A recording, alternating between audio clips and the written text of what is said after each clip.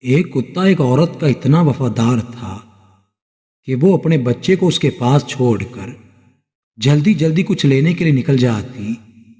وہ ہمیشہ واپس آ کر بچے کو کتے کے ساتھ گہری نیند میں پاتی۔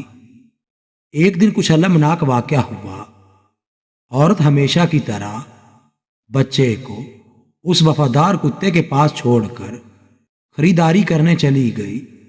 جب وہ واپس آئی تو اس نے خوفناک منظر دیکھا اور وہاں مکمل گڑبڑ تھی۔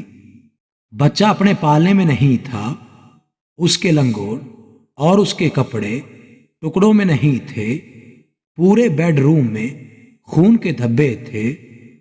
صدمے سے خوفزدہ عورت بچے کو ڈھونڈنے لگی۔ اچانک اس نے دیکھا کہ وفادار کتا بستر کے نیچے سے ابھرتا ہے، ہر طرف سے خون سے لت پت، اس کا منہ چاٹ رہا ہے جیسے اس نے ابھی مزیدار کھانا کھایا ہو۔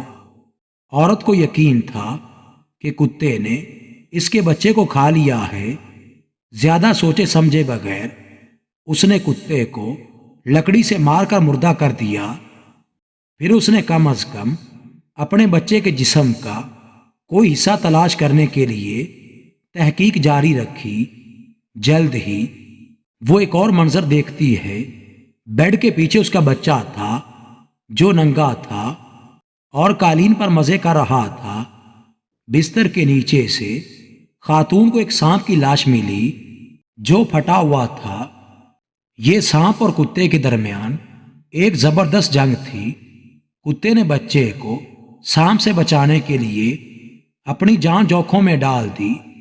اس کے لیے اب اصلاح کرنے میں بہت دیر ہو چکی تھی، کیونکہ اپنی بے صبری اور غصے میں اس نے وفادار کتے کو مار ڈالا تھا۔ صورتحال کا اندازہ لگانے کا وقت ملنے سے پہلے ہم نے کتنی بار سخت الفاظ سے لوگوں کا فیصلہ کیا اور ان کے بارے میں جھوٹ پھیلایا۔ حالات تک رسائی حاصل کرنے کے لیے ہمیشہ صبر کریں اور غیر مشروط غلطیوں سے بچیں جو ہمیں تباہ کر سکتی ہیں۔